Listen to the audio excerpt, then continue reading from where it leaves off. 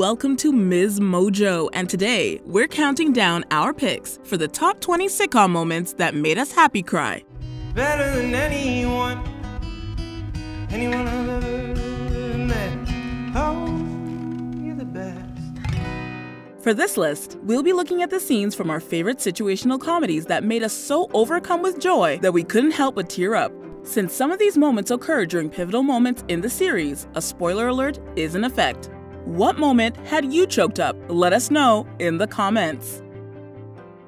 Number 20. Corey and Topanga get married. Boy Meets World. This couple had plenty of sweet moments throughout their years together, and we saw them grow from childhood crushes to high school sweethearts, and finally to husband and wife. We've waited for this moment all our lives. What are you thinking? I can't believe Sean's not here. I love you too. Even through their ups and downs, their wedding vows assured us that these two would be together forever. Despite the fact that Corey and his best friend Sean got into it before and during the wedding, Topanga and Corey managed to pull it all together for a magical ceremony. I wasn't sure that love could survive everything that we put it through. But you were. You were always strong and always sure.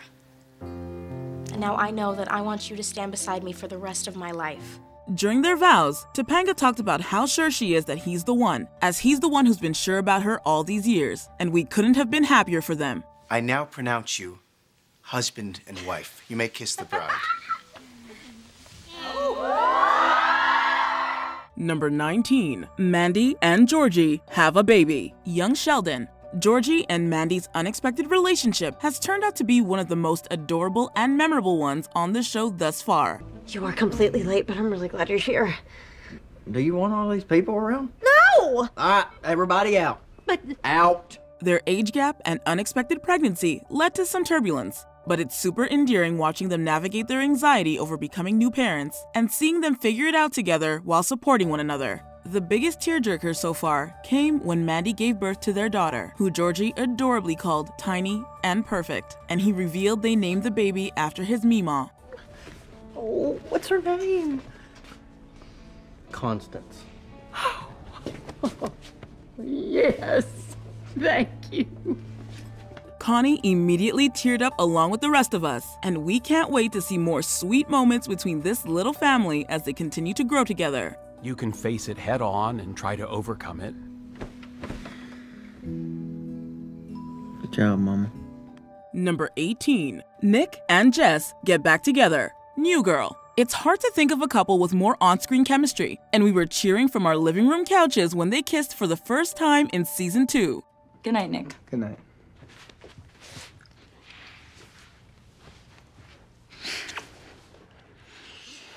It took some time for both of them to confess their feelings and get together for real, and we were fairly confident that when they broke up, it wasn't truly the end for them. With some encouragement from their friends and a certain iconic tune from Dirty Dancing, Nick and Jess muster up the courage to tell each other how they feel. Makes sense, right? Portland, huh? Land of the muskrat. Pull over. I'm in the middle. Just pull over. We're in traffic and we're parked. I'm just trying to, okay, I'll go up. I'll go up a few blocks. That's fine. We were elated when they reunited in the elevator, and when we saw those doors open, we could barely keep it together. Number 17. Sean officially becomes Maya's dad. Girl Meets World. This Boy Meets World spinoff reintroduced us to characters we knew and loved. While we adored seeing Topanga and Corey's family, we also couldn't wait to see what Sean had been up to. If we didn't do that, I never would have met Katie. If we didn't do that, I wouldn't be happy. We wouldn't have Maya. Throughout this new series, we saw him fall in love with a woman named Katie, who had a daughter named Maya. Another familiar face in the show was Mr. Turner, who talks about how he regretted never officially adopting Sean after he had taken him in as a teenager. You know, Maya, I talked with Sean and your mom about this. I always regretted that I never adopted Sean. Also in the finale, after Sean and Katie are married, Sean officially adopts his stepdaughter, and we couldn't help but grab the tissues when Maya refers to herself as Maya Hunter. Take all the time you do. I'm Maya Hunter.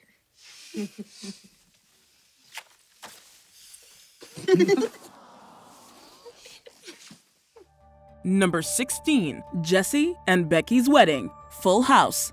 Jesse Katsopoulos was a bachelor through and through when he moved in with the Tanners, and it seems he had no intention of changing his ways until he met Danny's co-host, Rebecca Donaldson. All right, well, hurry up. I was supposed to be at my wedding 10 minutes ago. Thanks. Well, I imagine we'll have you down in 2-3 hours tops. Now, don't you go anywhere. He fell for her instantly, even though it took her a little while to reciprocate those feelings. But when she did, we had no doubt they'd be together forever. The day of their wedding was tumultuous, as Jessie went skydiving and got stuck in a tree, went to jail, and nearly missed the ceremony. Dearly beloved, we've waited a long time for this happy occasion. A very long time. Jessie and Becky's exchange of vows is beautiful and tear-jerking, but nothing beats him singing the song Forever. I've been so happy loving you. Number 15, Ted finally meets the mother, How I Met Your Mother. This was a moment, 9 seasons in the making. After watching Ted date dozens of women and teasing us about his future wife's identity, we couldn't wait to see them finally get together. It's TM, totally my umbrella. You're TM, terribly mistaken, because this umbrella has always belonged, TM, to me. The mother, aka Tracy, met every member of the gang before she met Ted, and we got to see several of their milestones as a couple before we actually saw them meet for the first time. During their first interaction, they realized that fate might have brought them together, and they fell for each other before our eyes. What are you doing? Remembering this. Come on. Considering the mother's fate being revealed in the episode, it was nice to have a happy cry before the inevitable sad tears started flowing. Funny how sometimes you just find things.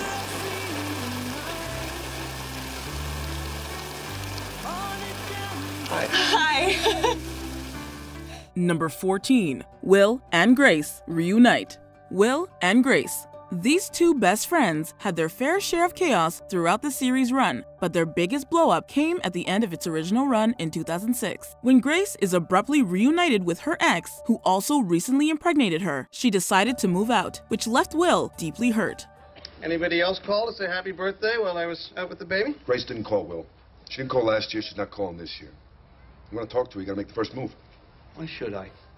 While they briefly reunited a few years later, it was clear that things were strained between them. God forbid that you should let go of your anger. Hey, I had reason to be angry. You never gave me a chance to explain Nothing anything. you would have said. Well, then what's the point? Hey, I gave up everything for I know! That is, until they moved their respective kids into their college dorms several years later, when they reconciled for good. After wasting too many years apart, we were moved to tears seeing them sitting together, watching TV just like they used to. Leo's working too. Where? Let's go to that bar where they made us kiss that time when they thought we were married. Why, you gonna try something? You can play your cards, right? Number 13, Danielle Joe Tanner, Fuller House. Throughout the Full House spinoff, Donna Jo Fuller navigated her seemingly perfect life in contrast to her little sister Stephanie, who couldn't seem to get it together. You're not the only person in this room that I've looked up to my entire life. Our baby's middle name will be Joe. So if someone someday wants to call her DJ, there'd be no better honor. Towards the later seasons, she settled down and found herself, which led to her decision to have a baby. With Kimmy as her surrogate and DJ as her fiercest supporter, baby girl Tanner Gibbler was born during another emotional moment on the show. Kimmy, I am so grateful. None of this would have been possible without you. Anything for you, Steph. You've always been like a little sister to me. But the most heartfelt scene came when Stephanie revealed that her daughter's name is Danielle Joe, or Danny, or maybe even DJ. He showed me what it means to be a parent. So I'd like to introduce you to our daughter, Danielle, or as we like to call her, Danny Tanner. Watching this moment now makes us cry twice as much since the passing of Bob Saget, and we're so happy we got to see this special moment between them.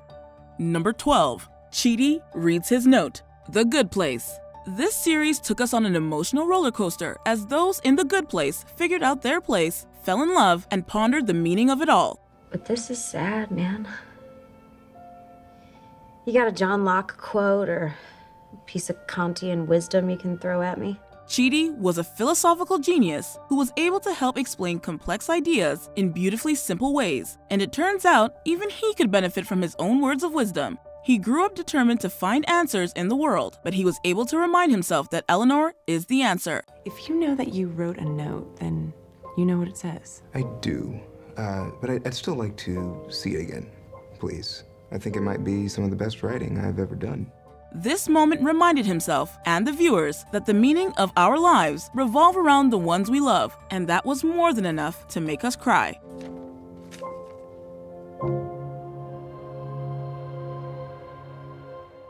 Number 11. Chandler and Monica get engaged. Friends, Chandler and Monica's relationship was unexpected to say the least, even to them, and it's had its fair share of ups and downs. And this is my chance, and I'm not gonna blow it because we are meant for each other. And this has all just been one stupid mistake. I was gonna propose tonight. Least of which was their engagement, with Chandler having to barter for the perfect ring, Richard interrupting the original proposal, and Monica being left to choose between them. All of these mishaps made the actual proposal even more surprising, magical, and emotional. You wanted it to be a surprise. After Chandler thinks that all hope is lost, he walks into the apartment to see it filled with candles and Monica on bended knee. They end up proposing to each other while they, along with us, could barely keep it together. Will you marry me? Yes. Number 10. Amy and Jonah get back together. Superstore. We could hardly wait to see Amy and Jonah get together, as their chemistry was evident from the very beginning. You've been here 6 years. Why? I don't know. It's a good job. No, it's not. It's a terrible job. Not that bad. Jonah, why did you stay here? Why do you think, Amy? We were thrilled when they finally kissed during the tornado, and even happier when they gave it a go as a couple. But when Amy got a job offer in California, we were left with mixed feelings. When they broke up, we didn't see Amy for a while, but luckily, the finale wrapped everything up perfectly. With the store closing and their futures uncertain, they decided to get back together for good. But you waited 6 years for me, so if I have to wait If that didn't already have us tearing up, full-blown waterworks were in effect when we saw a flash forward of their happy lives together. Or something happens that you can laugh about later. Oh, that's a picture of my honeymoon. Sorry about that. Number 9. Cam and Mitch get married. Modern Family. Nothing gets those happy tears flowing quite like a good wedding. We've waited 10 years. Can we please have an hour? I can give you 30 minutes. We can make that work. The wedding will go on, just in a slightly pared-down version. Claire, you're up front. Flower girl strewing. Grooms, come with me. Cam and Mitch's big day was one big chaotic family affair, and we wouldn't have wanted it any other way. Between wildfires closing in on them and Sal going into labor, things were looking less than ideal. Luckily, Jay swooped in to save the day by having the wedding at his country club when no other venue could accommodate them. You can't do this. Yeah, I'm way ahead of you, Dad, and thank you for stopping by. What I mean is, you can't get married like this.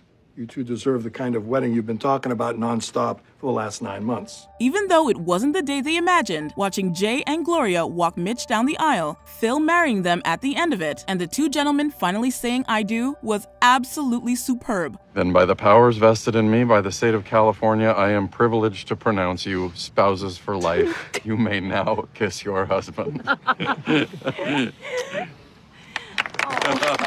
Number 8. I Love You and I Like You. Parks and Recreation. Ben and Leslie's relationship was an enemies to lovers trope, but it was anything but stereotypical. To help me, support me, surprise me, to make me happy, go above and beyond what any person deserves. They started out with Leslie being the head-in-the-clouds dreamer and Ben as the realist of the parks department, while their feelings for each other grew stronger despite their inability to act on them. Ben's proposal to Leslie in their empty future home was super endearing, but their wedding was even better, and both definitely left us in tears. I need to remember every little thing about how perfect my life is right now, at this exact moment. Okay. While their ceremony was a bit rushed, with the parks department throwing everything together and the couple spewing impromptu vows, it couldn't have been more perfect. I love you and I like you. I love you and I like you. And now, with the power vested in me by the state of Indiana, I now pronounce you husband and wife. Well, they maybe could have done without Jeremy Jam's interruption, but luckily, Ron took care of that. Number 7. Barney meets his daughter. How I Met Your Mother. Barney Stinson wasn't exactly known for his sentimental moments. He explained to his friends that he would never be a one-woman man, but that all changed when he met little Ellie. And I'm not the father? Happy not a Father's Day! No, congratulations. It's a girl. Would you like to meet her? No, I'm good. He had been indifferent to his future child, but his tune totally changed when she was born. He told her how everything he has is hers, forever, and we couldn't help but get emotional watching him get misty at the sight of his baby girl. You are the love of my life. Lily giving birth to Marvin and naming him after Marshall's dad got us in the feels too, but Barney meeting his baby in the finale is pretty hard to beat. Everything I have and everything I am is yours. Forever. Number 6. Schmidt proposes to Cece. New girl. Schmidt and Cece didn't exactly hit it off the first time they met, but one of their earlier encounters would end up playing a pivotal role in their engagement. Looks like it's finally just the two of us, huh? Oh, God, you're about to say something stupid, aren't you? Girl. And then I said something stupid and Cece made me put money in the douchebag jar. Schmidt was the perpetual playboy, and in the beginning, he and Cece were secretly hooking up while navigating their feelings. When Schmidt confessed his love for Cece and she reciprocated, we were jumping for joy. You remember this? Looks like it's finally just the two of us, huh? Oh, God, you're about to say something stupid, aren't you? Girl, I'm gonna marry you. But the flashback to their earlier interaction with the douchebag jar, paired with Schmidt saying he knew he was going to marry her from the moment he met her, left us sobbing. Cecilia Puri. Oh, God, you're gonna say something stupid, aren't you? Girl, will you marry me? Their wedding day was just as heartwarming, and we can't help but smile over the fact that these two ended up together. Number 5. The gang surprises Rosa. Brooklyn Nine-Nine. Rosa isn't known for dishing out the tears on Brooklyn Nine-Nine, but this sentimental moment with her colleagues brought on the waterworks. I'm dating a woman. I'm bi. Oh, that's great. That's great, Rose. I just want you to know that I totally support. I don't want to talk about it right now, okay? She revealed first to Boyle, then to her coworkers that she's bisexual, and everyone was supportive. She was noticeably more relaxed when telling her chosen family her secret than she was when she went to dinner with her parents. What do you want us to say? That you accept me for who I am.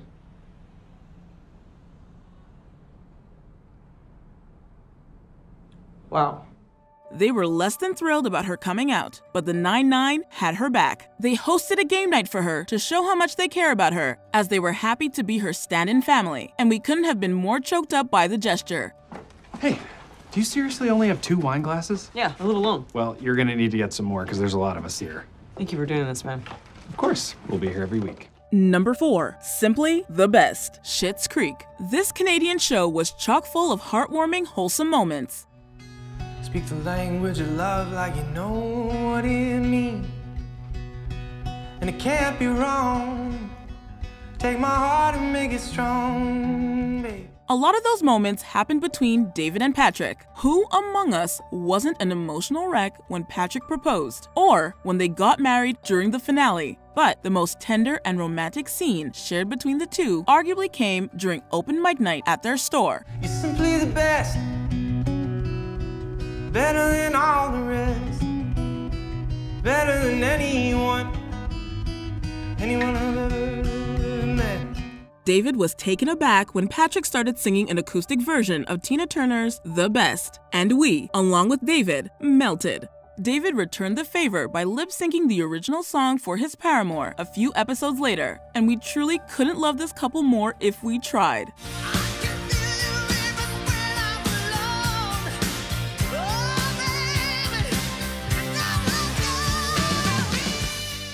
Number 3. Sheldons Speech, The Big Bang Theory. The most sappy moments on this show usually came from unexpected sources.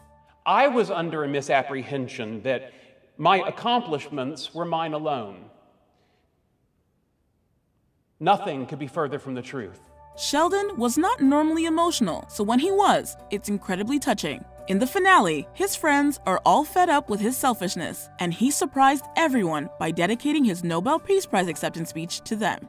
Inspired and tolerated not only by my wife, but by the greatest group of friends anyone ever had. If this didn't already turn us into emotional messes, the final episode is made that much more meaningful when we got to see the episode of young Sheldon that directly followed the finale. We saw all of Sheldon's friends as kids, knowing that one day they'd be together, and it's safe to say someone needed to sing us Soft Kitty to make us feel better after all of that. But I want you to know, in my way, I love you all. Number 2. Jim and Pam's Wedding, The Office. The weddings on the show definitely produced some tears, like when Michael surprised Dwight by coming to his wedding to Angela. Michael, I can't believe you came. That's what she said. But Jim and Pam's wedding was the most captivating of them all. We knew their special day would be a bit chaotic, with everyone from the office in attendance, not to mention Pam attempting to hide her pregnancy. So suffice it to say, a few things didn't go as planned. My mom won't stop freaking out about my dad's new girlfriend. This is supposed to be our wedding day. Why didn't we invite all these people? Jim was able to rectify the situation though by marrying in private with his wife-to-be on a boat in Niagara Falls, which gave them the truly special moment that they wanted in one of the most touching moments of the series. It's a long way down, it's so high off the ground. Sending for an angel to bring me high. Girl, where did you come from? Got me so undone. Before we continue, be sure to subscribe to our channel and ring the bell to get notified about our latest videos. You have the option to be notified for occasional videos or all of them. If you're on your phone, make sure you go into your settings and switch on notifications. Number 1. Rachel gets off the plane. Friends. There was no shortage of cry-inducing moments during the Friends finale, and watching Ross run after Rachel to stop her from going to Paris had us at the edge of our seats. I know. I shouldn't have waited till now to say it, but that was stupid, okay? I'm sorry, but I'm telling you now. I love you. Do not get on this plane. We were sure she would go with him once he finally tracked her down, but when she got on the plane, our hearts sank. But when Ross hears her voicemail and it was revealed that she was standing in the doorway, the tears started flowing uncontrollably. No! Oh my God, did she get off the plane? Did she get off the plane? I got off the plane. We were thrilled, not only because Rachel was getting back together with Ross, but also her return meant the whole gang would be staying in the same state. And that's all we could have wanted from the end of this beloved series. I do love you. I love you too, and I am never letting you go again. Okay, because this is where I want to be. Do you agree with our picks? Check out this other recent clip from MsMojo. And be sure to subscribe and ring the bell to be notified about our latest videos.